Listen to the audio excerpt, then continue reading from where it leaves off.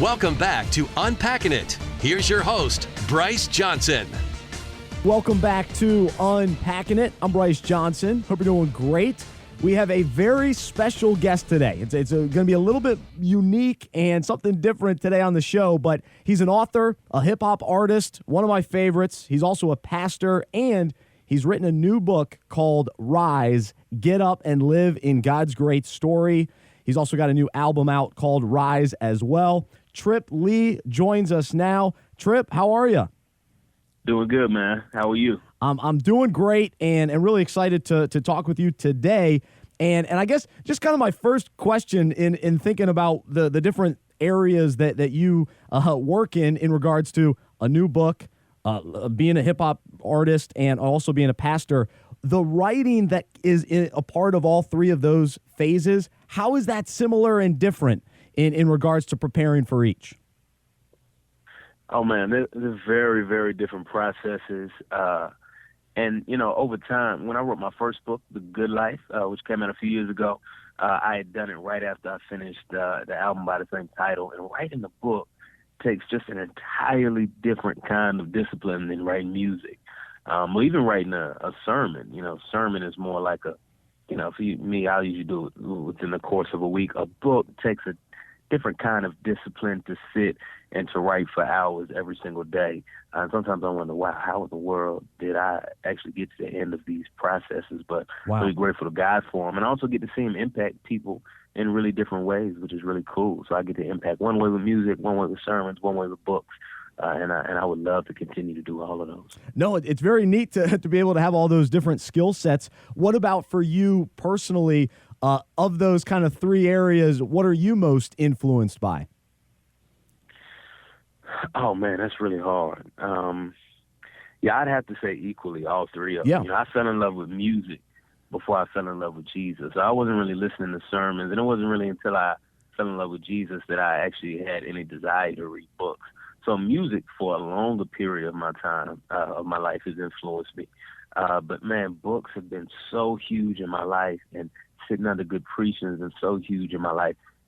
Really the ways they've impacted me has been the motivation for me trying to use them to impact other people, because I've seen how they can grip a life, how they can change a heart. I've seen God do it in me, and so I want to serve other people in those same way. Absolutely. Trip Lee is our guest here on Unpacking It, and you mentioned just reading and John Piper writing the foreword for you. I know he's had an impact on my life as well, so cool to see the connection that you two have. And then also in looking at this new book called Rise, Steph Curry and from the Golden State Warriors, NBA star, as well as Justin Forsett from the Baltimore Ravens, wrote a recommendation for this book. Tell me about your connection to maybe athletes in different sports and kind of that connection that you have with them. Man, it's really cool how it happens because yeah, I mean, music is such a huge thing in sports often. You know, I mean, guys listen to music in the locker rooms. Guys listen to music to get ready for games. Guys listen to music when they walk out to the plate in baseball. I mean, music is a huge part of sports. So it's been really cool to see over the years how different athletes at different levels are really connected with the music. And, you know, I always get surprised. You know, I'll get surprised sometimes. See an athlete tweet, "Hey, listen to Triple E," or to connect with somebody like, "Hey, my man, blah blah is really in love with your music." And the connections with a Steph Curry or Justin Forsett or Jeremy Lin, those are things that have just kind of happened over the years where I've found out some way they've been encouraged by the music and we've been able to connect. And there's kind of a unique connection between hip hop and sports often, where a lot of times athletes want to rap and rappers want to be athletes. But I know I can't play any sports. I would never even try to do that. But I'm grateful for that connection there. It's cool. No, that's great. Well, so growing up, did you play sports, or you're kind of ripping on yourself in regards to your athleticism? But where do you come out on that? Well, I think I'm naturally athletic, but I played sports a lot when I was a little kid. But when I got to high school, I really I still love sports. In terms of what I wanted to do, all my passion started going towards music. Yeah. And so all my, much to my dad, my dad was counting on the fact that, oh, he's going to go to college, he's going to get a sports scholarship because I was naturally athletic, but music started to grab all of my attention in high school. Being that I'm 5'8", 165, I think that's probably a good choice for me. That's how it was for me with radio, so I can relate to that. We're talking with Trip Lee here on Unpacking It, his new book, Rise, and he also has an album out, Rise, as well. He's a hip-hop artist, and Steph Curry said this about the book. He said, a book that will light a fire under a generation that's taught to take the easy way out. And so in talking about Steph Curry, just from your perspective as a fan and somewhat of a friend of his, what have you thought about just the season that he's had? We're at the All-Star break and really his emergence as a big-time star in the NBA. Man, it is so cool to watch. I've been a fan of Steph for a long time, which is why it was cool. And I found out he liked my music. And, we've kind of built a friendship over the years. But, I always knew he was a man. I've always been a fan. And it's been so cool to watch his game grow in the past few years, and it's been cool to watch everybody catch up and see what an incredible player he is. And, man, he's so much fun to watch. I mean, I can't think of anybody I'd rather watch than Steph. Yep. He's just so exciting. He can shoot the ball from anywhere, unguardable because he can get it up at any second before you can respond. And he's a great point guard. So I love watching Steph, and I'm glad everybody's kind of catching on. A couple of years ago, I was mad on his behalf that he wasn't selected to the All-Star team, but it seems like people have caught up in the last few years, and you can't deny it because how they play. So. That's right, and now he got the most votes to be an All-Star starter. So a very cool story with the rise of him, and also I'm curious just kind of your perspective on this because you're a great rapper, period, but you're also very open about your faith, and that's what you sing about. And Steph Curry, a guy who is very open about his faith as well, doesn't shy away from it. What are just some of those similarities in, just being in the spotlight and wanting to be great at what you do, but also not wanting to shy away from who you are in Christ and what you want to represent? Yeah, I think one of the similarities between the music industry and professional sports is that it can often be a very dark environment. And so it can often be very hard to think through how to follow God yourself and how to be a light in those environments, So hip-hop is not known for its love for God. And, in similar fashion, professional sports is not known for being, this place where everybody loves God and everybody's encouraging each other to follow God. And so one connection I often have with these athletes is just conversations about what it means to try to be faithful to God in an industry and an environment where it seems like everybody's pushing in the opposite direction, where you have that fame and notoriety that can encourage pride, where you do have the opposite sex throwing themselves at you sometimes, where you do have people trying to push you to fight for your name above everything else. And so there are a lot of similarities there. So I think it's a lot more difficult for those guys in professional sports. And so there is kind of a unique connection and encouragement that we can offer to one another. Trip Lee is our guest here on Unpacking It. He's an author, a pastor, as well as a hip-hop artist, and his new book is called Rise, Get Up, and Live in God's Great Story. And also in comparing just the sports culture and the hip-hop culture, they're very much linked, especially in the NBA, maybe even more than any other sport. But I'm curious, just with you desiring to be a leader and being a voice into the culture and using your platform in that way, how do you speak toward the culture that looks at the NBA and hip hop and wants to emulate it, whether it's, the younger generation that is, kind of chasing after, I want to be a rapper, I want to be in the NBA, and they're maybe chasing the wrong sides of it, but then there are guys like you and Steph Curry that are able to be those leaders. So I guess how do you handle that, view that, and look at the culture as a whole? Well, for one, it makes me very grateful when there are guys who are in positions of influence and they use that influence really well. They use that influence to be men of integrity, use that influence to do what they do with excellence.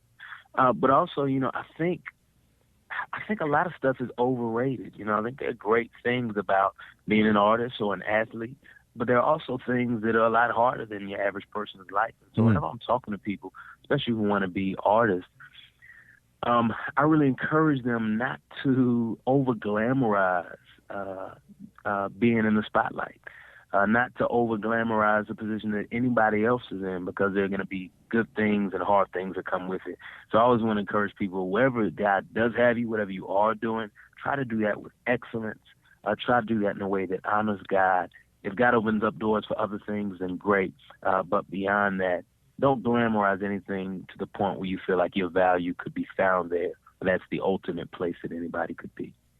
Man, no, that's powerful. Very, very good stuff from Trip Lee, and I guess that kind of peeks into a little bit of your heart. But what is the heart behind your new book, Rise? What really drove you to write this and focus on what you did focus on in this book? Yeah, well, I was really driven by what I see culture saying to young people, saying to young people that basically while we're young, the only thing we're supposed to do is just kind of party and have fun and kind of wait till later to get serious about life.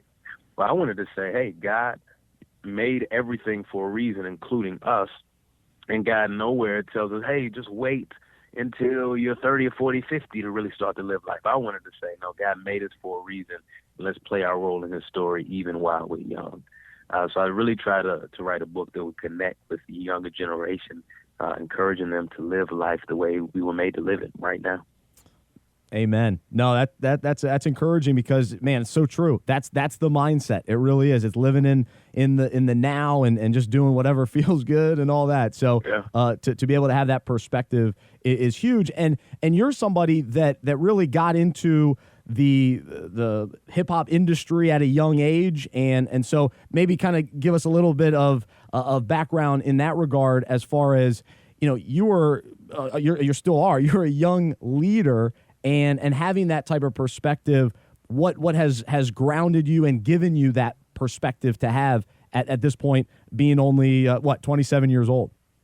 Yeah. Well, I did. I signed a record deal while I was in high school, and so I've been doing this. Even though I'm very young, I've been doing it for a long time. And I think really what's grounded me and helped me kind of hold on to that perspective.